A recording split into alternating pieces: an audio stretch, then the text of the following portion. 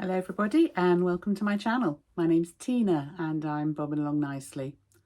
I thought we'd have a bit of fun this week and I would do the 20 questions for sewists. I believe Annette at Sewing in Michigan started this off and it's a really fun way. I've been really enjoying looking at or watching other people's vlogs, finding out more about them, more about their sewing styles and how they feel about different aspects of sewing. So I thought I'd join in, have a go, and maybe you can learn a bit more about me as we go.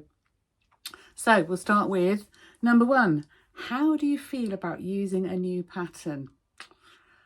I have mixed feelings. I think there's always a certain trepidation as to whether it will fit, how many adjustments I need to make, whether the final garment will suit me. But it's also tempered with the excitement of trying something new, maybe learning a new technique, learning a new detail, finding a new style. And particularly if it's a new company to me, then there's always the excitement of finding out how they write their patterns, how they write their instructions, and whether their general fit suits me. So mixed feelings really on that one. Number 2 is, do you remake or mend? Not as much as I should. I remake things in terms of repeating patterns. I'm a serial pattern repeater. If you've taken the time to find something that fits, then make it again. That's my thought. Mending, yes, I do. If things break, I will make the time. I usually save it for a rainy day and I'll have a pile of 3 or 4 things to mend. And it's always a great feeling to actually get those off the pile. But in terms of remaking or refashioning, it's not something I have very much experience of. So the current challenge for the Busy Bee Sewing Challenge to actually upcycle something has pushed me to have a go. And you will find out more about how I got on or how I'm getting on at the end of October. Number 3, do you do toiles, mock-ups? Always. It might not be the full garment. For instance, if it's a dress and from the waist down it's a flowy or non-fitted shape, then I wouldn't necessarily bother with that. But I do try and do some kind of a toile, whether it's a partial toile or just the fit of the bodice. I generally don't have problem fitting sleeves anyway, but certainly I might need to do a full bust adjustment. So I'd much rather do it in a bit of old duvet, a bit of old sheet or some calico so that I can make the pattern adjustments before I cut into my lovely fabric. So for me, that's a must. I do appreciate there are people out there who might be slightly more standard sizes that wouldn't necessarily need to do so. Number 4, how do you feel about pre-washing fabric? For me, quite strongly, I have to do it. I can't afford, and I think this is for me stemming from issues about my size, my own personal issues about my size, but there's nothing worse than the thought of spending loads and loads of time making a beautiful garment only to find it no longer fits when you've washed it. I'd be absolutely gutted. So for me, it's, yes, it slows the process down, but I generally get past that by, as soon as something arrives, whip it upstairs, overlock it, straight back downstairs in the wash and out to dry. We are lucky enough to have the world's largest airing cupboard, so I can get stuff dry all year round quite quickly. So for me, that's a step I would never, ever miss out. Number 5, how do you finish your seams? I'm lucky enough to have an overlocker. I love the finish of them. I quite often finish pattern pieces, the pattern edges, before I sew the seams, so that there are 2 overlocked edges. Depends on the pattern and what I'm making, but I love the neatness and the integrity that having an overlocker gives my garment. And I'm also quite good at having a selection of overlocking threads to match the fabric. I'm lucky enough that in the UK we have Pound Fabrics and they do all sorts of colours of overlocking thread for not very much money. So I have probably half a dozen colours at the moment and I'm always looking to add to that. What is your favourite sewing activity? I think actually the construction of the garment, particularly if there are details like pleats or tucks, it's the physical act of sitting down and sewing at the machine that I enjoy most. So obviously the next question is going to be your least favourite. Honestly, cutting out. I find it a necessary evil. I don't follow lay plans. I try and be as economical with the fabric as I can. I always check that stuff will fit before I use my own lay plan, but that to me is the boring bit before making a garment. So yeah, that's definitely my least favourite part of sewing. But you know what? Until somebody comes and cuts it all out for me, I'm stuck with it. Stash fabric or new fabric? I like using stash. I feel quite uncomfortable, and I think this is only brought home. Bear in mind, I've only been sewing for a couple of years now. When I had to clear my sewing room in order for one of my girls to come home and stay at Christmas, I was confronted with the amount of stash that I have. And that's quite surprising given I haven't been sewing for very long. And it actually made me feel really uncomfortable. So I will buy new fabric for new projects. I'm lucky enough to have a sewing subscription box from Beyond the Pink Door, so I get fabric coming in every month. But nothing gives me greater satisfaction than finding something in my stash that I can use up.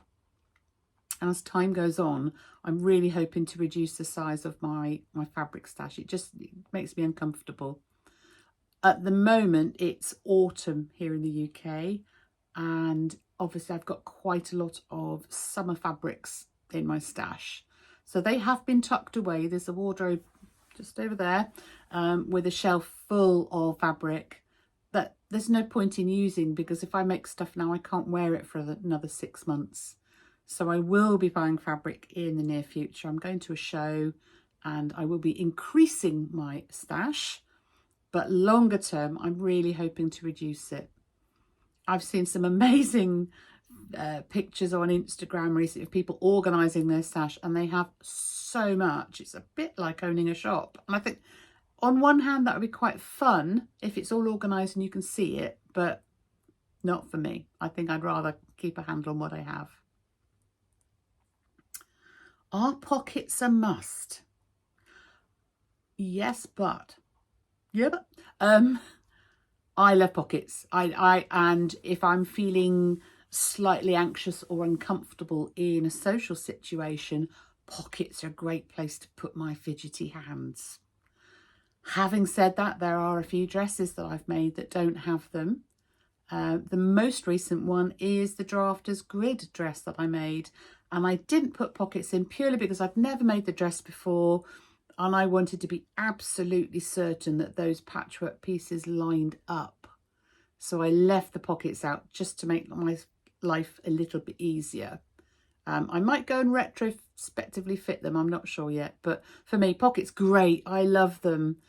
Sometimes if I'm making a dress in a beautiful, really lightweight drapey viscose, I won't put pockets in because I think they'll alter the way the dress hangs.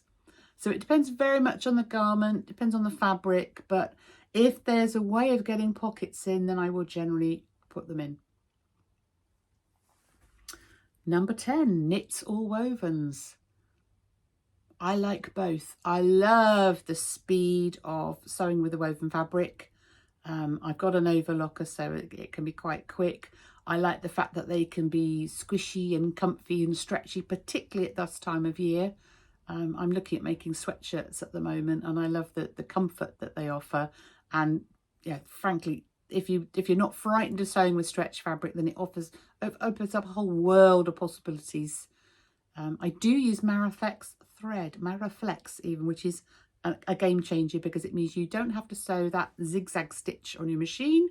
You can sew an ordinary straight stitch with this fantastic thread, and it will work on a stretch fabric. But then I tend to finish with an overlocker anyway. So I do also love woven fabric, mainly because I like detail. I like pleats and tucks and lovely buttonholes. So to be able to put that in and have some structure.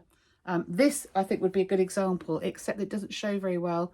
This is the Nephilim blouse by Vivian Chao Chen. It's actually got these lovely sort of lantern style sleeves with pleats in.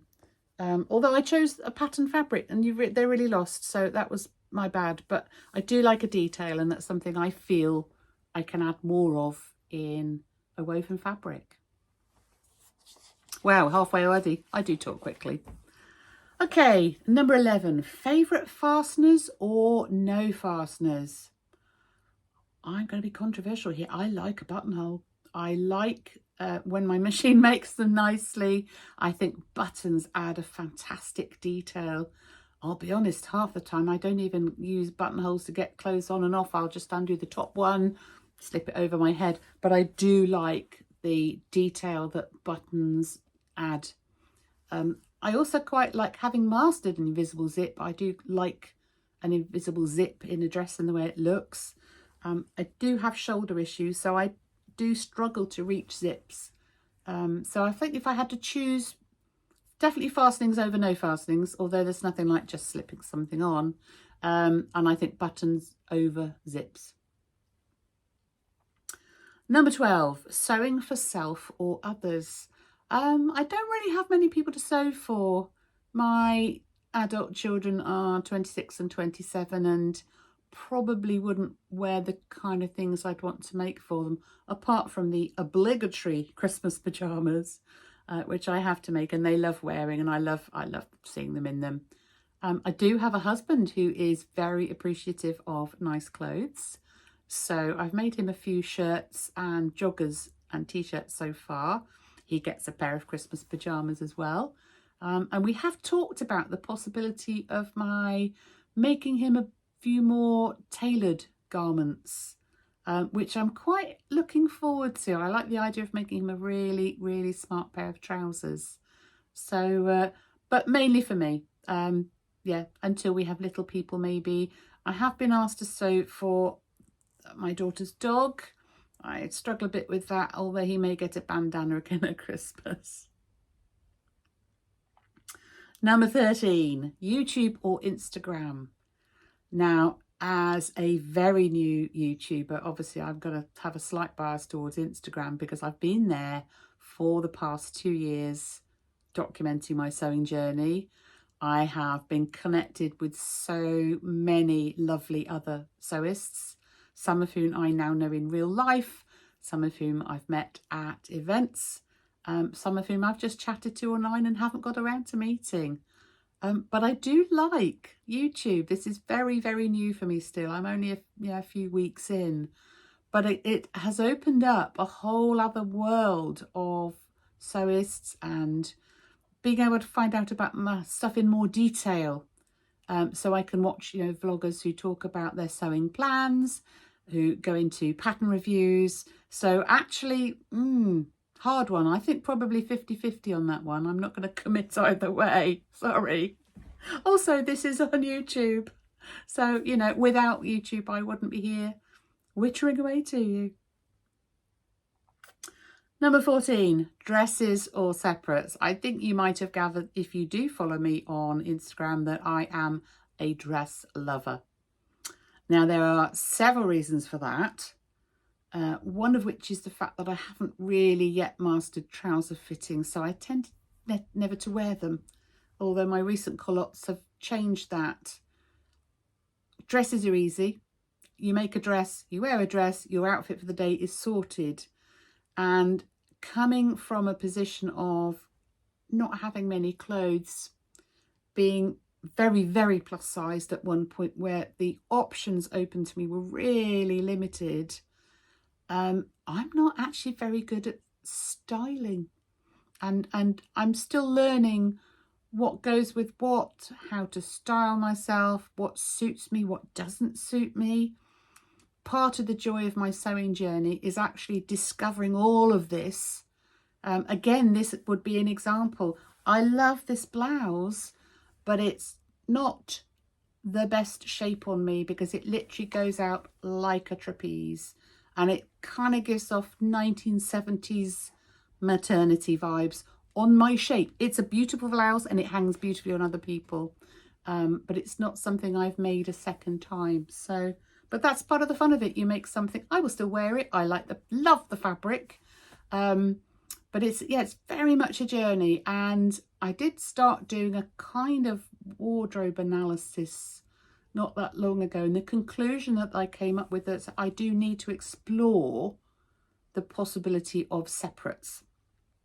How I can put things together and how I don't like the word capsule wardrobe because that sounds quite prescriptive, but the idea of exploring more, making things that go together, having more than one outfit option for each garment, because at the moment it's choose a dress, put it on with or without a jacket. That's pretty much the limit that I've got to.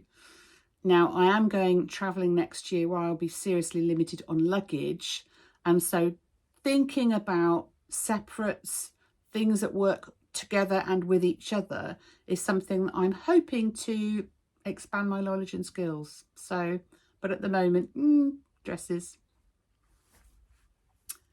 15. How do you get rid of past or pass on me makes? I don't have many that I don't wear. My wardrobe does work really, really hard for me. If I make something, I wear it a lot of times on repeat. I have generally used things that don't fit me anymore, don't suit me, to wear for work. I work for myself. I have a hot glass studio. Stuff will get burnt, damaged. And so anything that I don't necessarily want to wear out anymore, I tend to just wear it to work. I will hopefully be going to Crafty Sewing Camp again next summer. And there's a swaps table for fabric and patterns. And there is a swaps rail for clothes. So I think I will next year probably look objectively at my wardrobe. And if stuff hasn't been worn, then I will hopefully take it off to the swaps table and someone else can make use of it. Number 16, quick sew or involved sew? Both. I think I'm learning very much that the more I challenge my brain, the more satisfying I find a project. And the things that have brought me most joy are the complicated ones. The Drafter's Grid dress, which wasn't that difficult. The Isla trench coat that I made, which was really, really involved and so satisfying. The almond coat that I made with the Hong Kong seams. So actually I think involved make is what makes me really happy. Gives me a sense of achievement. You know, I'm in my late 50s. As a middle-aged mum, sometimes you feel like you haven't sort of achieved a lot. And when I turn out a really, really beautiful garment that has some skill involved, then that gives me a huge amount of satisfaction. Having said that, I'll quite often, after a big project, gravitate towards a much more simple project, mainly to try and bash that stash, to actually get rid of my stash, use up scraps. I'm already planning a sort of a session of batch cutting out t-shirt fabric and making a load of t-shirts just to get that pile of stash down. But for me, the most satisfaction definitely comes from the big projects, the difficult ones. Number 17, social or solitary. Most of my time I am sewing on my own. I have YouTube, I have my headphones on, and it's great, but I love sewing with other people. I have been lucky enough to go on a couple of courses. I've been on the Crafty Sewing Camp weekend. And honestly, there's nothing like the laughter in a sewing room. It can be something sewing related, something completely unrelated. But I think we're all there with a common interest. So it doesn't matter how old, young, what you do for a living, there is a common interest and it's a great, great place to be, which is why I started the Pembroke Social. We've got the next one in another couple of weeks and I'm hoping that I'll be able to share some of that with you soon. But yeah, social, if I could sew every week with other people, I would. The practicalities of that are that, you know, it doesn't work. So I do both. but I really, really enjoy my social sewing time with other people because, you know, we learn so much from each other. You know, we can get ideas. I've heard about new pattern companies, new techniques, just, yeah, everything about social sewing is joyful for me. Number 18, do you have a dedicated space? Yes, I do. Oh, sorry, I think that's tractors out there. I do. I'm very lucky that my daughters both have now left home and I've taken over one of their bedrooms. I'm lucky enough that I have this table which folds down out of the way, and also my sewing cabinet here, everything folds up so it can be stashed away quite carefully. But no, the luxury of having a dedicated space is something I am very aware of. A lot of people have it, and the fact that I can just leave it at the end of the day, walk away, shut the door, not have to put everything away, I don't think I'll ever take that for granted, because it is a luxury, and I'm very, very fortunate to have it. 19, labels or no? That's an easy one and very quick. I love labels. I'm lucky enough to have the subscription to the Specky Seamstress Label Society. Every month, a little packet of joy pops through the letterbox. They're always a surprise. And I like having, you know, I try and choose a label that goes with the garment, go with the fabric, the design, the colour, but also really practical things like pyjama bottoms. Put a label in the back and I know which way to put them on, because if I'm stumbling around and I'm ready for bed and I'm really tired, I don't want to have to worry about which way they go. I've also had a few blouses recently that are blouses without plackets and buttons.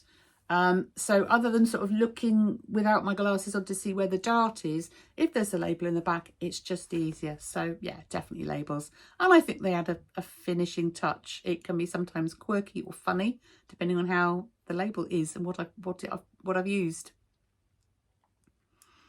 Number 20, this is the last question. The percentage of me made versus ready to wear. I would love to have a completely me made wardrobe. Now, when I say completely, I'm excluding socks because my life's too short. I can't knit, don't like knitted socks. Haven't yet found a knicker pattern that works for me, and I tend to wear seamless ones from that well-known retailer. But I have made underwear, I've made bras, I've made swimsuits. I would love to have a completely me-made wardrobe, and that's what I'm working towards. At the moment, there are things in my wardrobe that are not me-made. I haven't yet made jeans, so I've got 2 pairs of ready-to-wear jeans.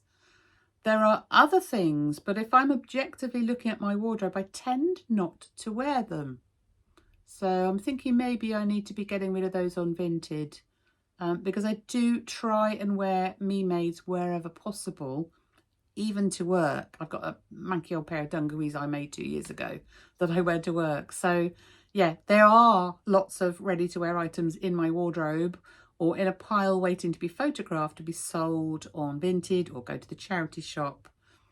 So what I have at the moment, I would say, is probably 75% me made, and I'm hoping to get much, much closer to that completely me made wardrobe.